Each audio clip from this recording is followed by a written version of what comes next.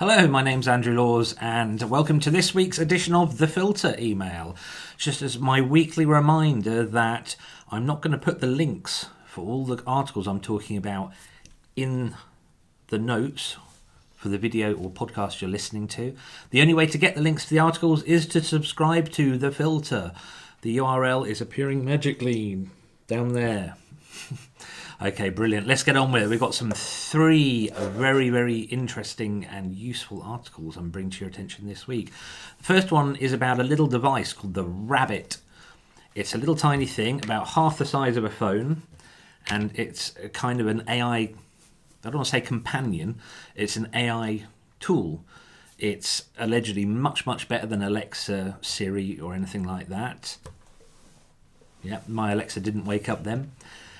Because it can actually go to websites and do things. So everything we've done around interactive AI at the moment has been quite contained in a box. So ChatGPT, you go to the box, you go to the website, you type, you upload things to it, you download things from it. It doesn't go out and do anything. So the Rabbit, which is only going to be £150, can go out and do things. It can learn how to use websites the way you do, which is really interesting. And I'm kind of hoping there's going to be some good fail-safes in there. More info in the article link. Next one is a Ahrefs article, and like Semrush, they are really on it at the moment with their good articles. Now, people in SEO are always saying, content's king, write loads of stuff, write loads of things. Now, that is true. You do need to write a lot of articles, but not very many people outside of SEO get as far as writing maybe 100 articles. This guy is writing for an SEO website, but his feedback on those 100 articles is really, really interesting, especially because he mentions revising older articles and the benefit that that's had for Ahrefs. So recommend that, especially if you are writing a lot for your website, which of course you all are. Finally, technical one. I don't always chuck in a technical story, but this one is kind of a bit of a cornerstone of content marketing. As I mentioned before, we're always saying create content, write articles, and that's true, but just writing the articles and put them on the website isn't the most potent way to make the most of them from an SEO perspective.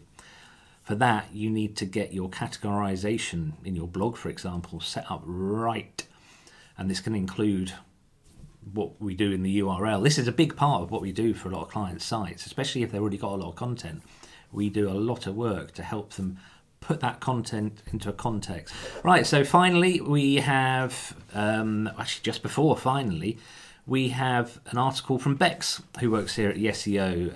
I've asked Bex and Matt, and there'll probably be some others, to write articles just to introduce themselves and say hello, because, I don't know, people must be getting fed up of seeing me on everything. There's more than just me here.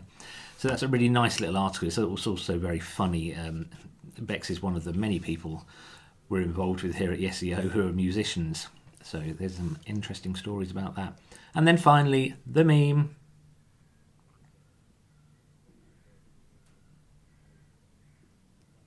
Just to be clear, subdomains are not better than subfolders. I thought I'd just try and make that as clear as possible. Okay, well, thank you very, very much for watching. I hope you enjoyed the email. Any feedback, please just hit reply to the email, let me know. If you want to speak to us, there are some bits of information about how to do that in the footer of the email as well. So it just remains for me to say goodbye and have a cracking week.